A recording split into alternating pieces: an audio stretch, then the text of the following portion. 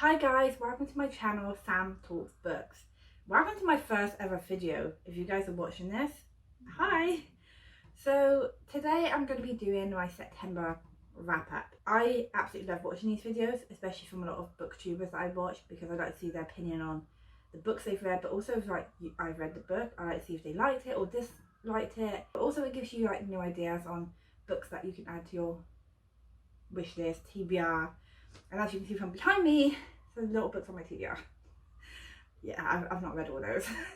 Before I begin, I read 9 books this month. I actually had planned to read 12 books, but that didn't happen because I am currently working on my own book. So I didn't get time to read that many books. I wish I could.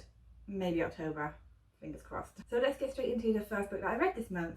This isn't going to be in order. This book just happens to be on the top. So the first book I read this month, as I said, was Daughter of the Pirate King. This book has been on my shelf for so long. It took me so long to get a copy of this that I would have assumed that I would read this book straight away, but I didn't.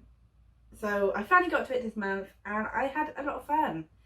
We follow a character who basically is on this pirate ship and she's the daughter of the Pirate King. She ends up getting kidnapped by these other pirates, but she actually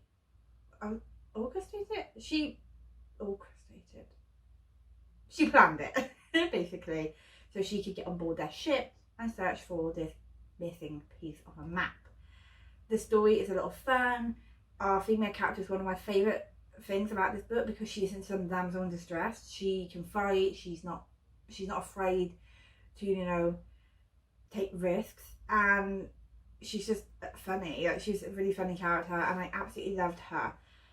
One thing I would say is that the setting as well about this book was probably what made me love it even more. It was on a pirate ship in the ocean, and I think that's what made this book very different. I will say though, I don't understand where people come from when I say that this book is an enemies to lovers.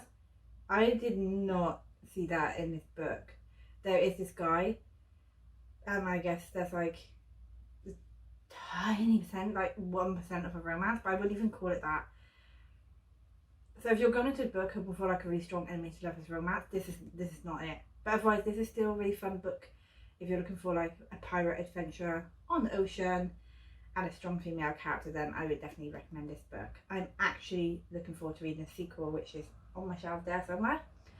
I gave this book 4 stars, and yeah, I would recommend it. It's fun. Another book I read this month was finally the Eighth of Spades. This book is so hyped up that I kept putting it off because I was scared that I was like gonna hate it. Sometimes you read hyped up books and then you don't feel that hype and you feel kind of disappointed or like you're letting other people down.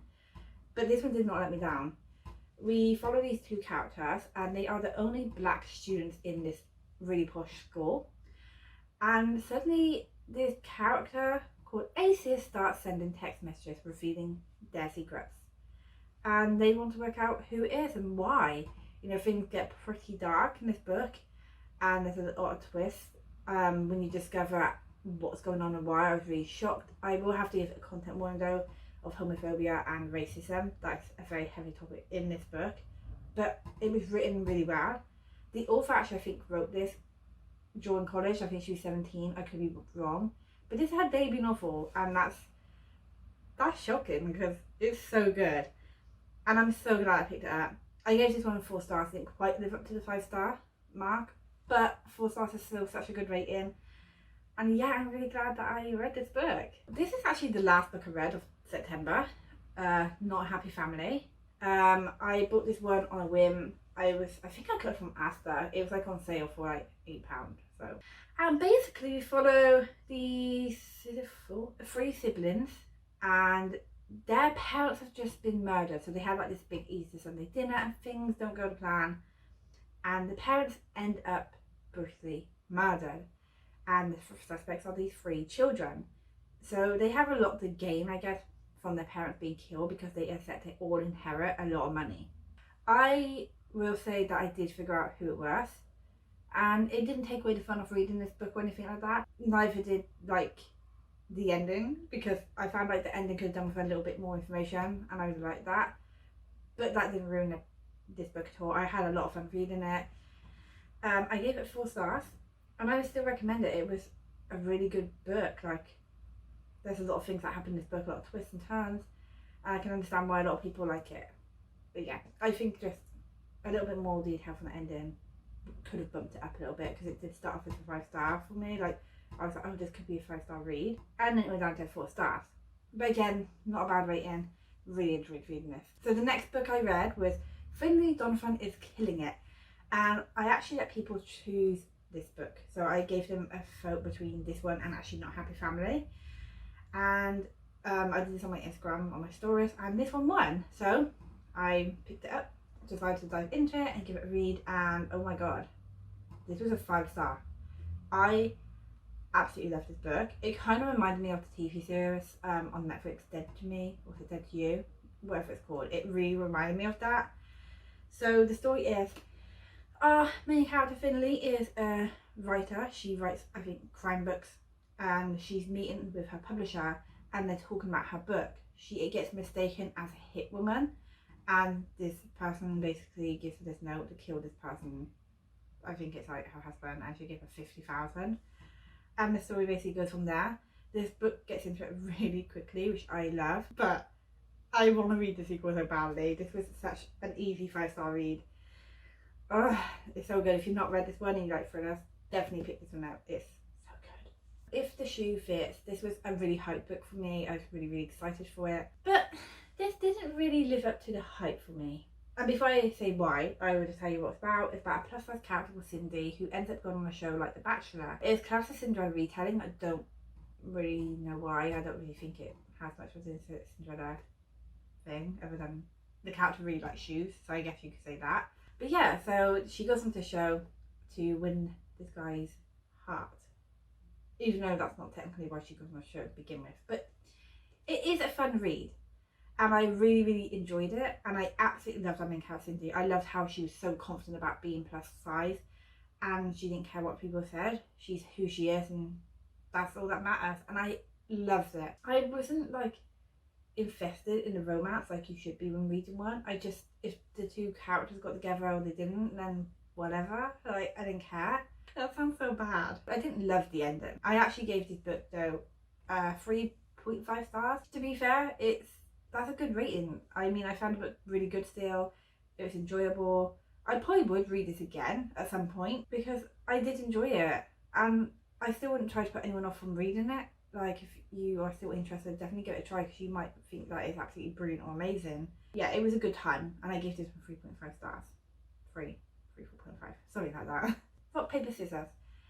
This book is following a couple who are married, and they're having problems in their relationship, so they decided to go on this vacation because their cancer kind of suggested it. They go to a remote location in the Scottish Highlands, and loads of weird stuff begins to happen. You really don't know who to trust, because you get the point of view of the husband and the wife, but you also get letters from the wife of how she felt during their marriage. So she writes one letter for each year they've been together. The twist in this book was so good. Like, I feel like I keep saying that about most books, but the twist was so good. I really had a good time reading this. It's really cool and chilling. It's perfect for like autumn. And I gave this one again 4 stars. It didn't quite get the 5-star mark again, but like, it's so good, and I have to read more from Alice Finlay. Yeah, I'm going to be reading more from this author because this was a lot of fun. Another one I read is Mother's Stats with the Fey Prince. It's like, it's not a sequel, but it's in a series. So for example, the first book in the series is A Deal of an Elf King, and then we got this one, so it's all kind of set in the same world, but you follow different characters, and you can read them in whatever order you want. I read the first one, really enjoyed it, and then I decided to read this one, and oh my god, how beautiful is this cover? And let me show you guys, because look, you got that, that's so beautiful. And then this is so pretty. So this is again, I think, a Cinderella retelling. I'm going to say that's the main focus again. She basically, I guess in some aspect, she's sewed to be married to this guy. She gets sewed basically so that her stepmother can make money off her, and she doesn't realise that she's being sold to a fae, and she has no idea. So I think the faes are like kind of mythical creatures that nobody kind of believes. Like, there's just stories told about them. I don't know if they actually believe them or not, I can't remember. But she is to get sold, and that obviously is a romance, it's a beautiful story, but she uncovers this secret and has to get sent to Mindscape, Oh my god, I think I'm saying this wrong. Mindscape is basically the world where our first two characters are from in the first book.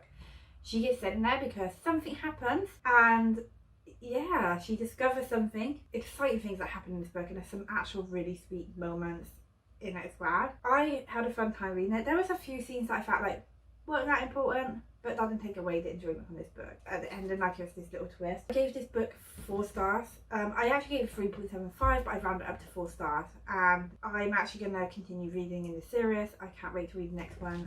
The next one is Duel with the Vampire Lord. So yeah, so this is the Married to Magic series, and yeah, the next one's Duel with the Vampire Lord. So I think you might be getting like a book with each species in this world, which is fun. But I'm still going to definitely buy the next one. This one was so good, and this cover is so pretty. Next one I read was The Road Trip by Beth O'Leary. This is actually the first book I read by this author. I know she has 2 other books out that are quite popular. I was in the mood for this one. This one, road trip, not being able to really do much right now with what's going on in the world, just seemed like the right choice. And this one's got a lot of mixed reviews. It's either loved, hated, or slightly in between. I love this book. I had a lot of fun reading it.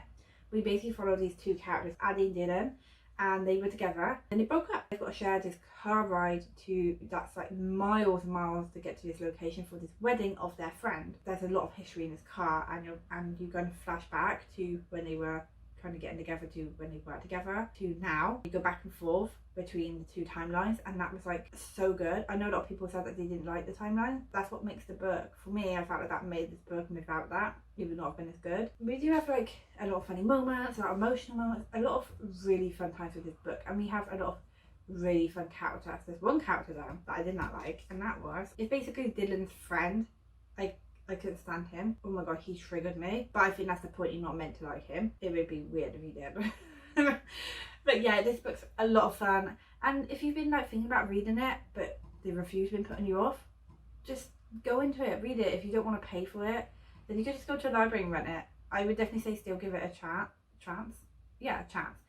And see what you think of it yourself. If you have read it, let me know what you think. I actually would be interested to know what you thought. I liked it. I gave this a 4 stars again, and I'm definitely going to be reading her other book, The Flatshare, which I think is one of her most popular books that she wrote. The final book that I read this month was In My Dreams, I Held a Knife. This one's another hyped up book. I actually saw Gabby Reeds talking about this book, and she loved it, so I went out and got it. I understand why she loved it. It is so good. We followed 2 different timelines. So we followed this character called Jessica, and she's going back for the school reunion. I'll just read this bit. 6 friends, 1 college reunion, 1 unsolved murder. 10 years after graduation, Jessica Miller has planned her triumphant return to...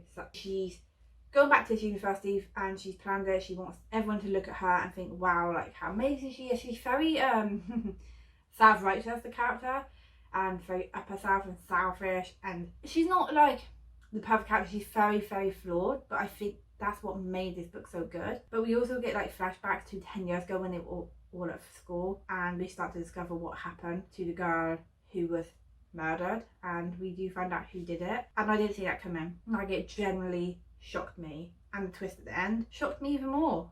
I remember finishing this book being like, oh my god, what just happened? And I remember looking at my partner and I'm like, can I tell you?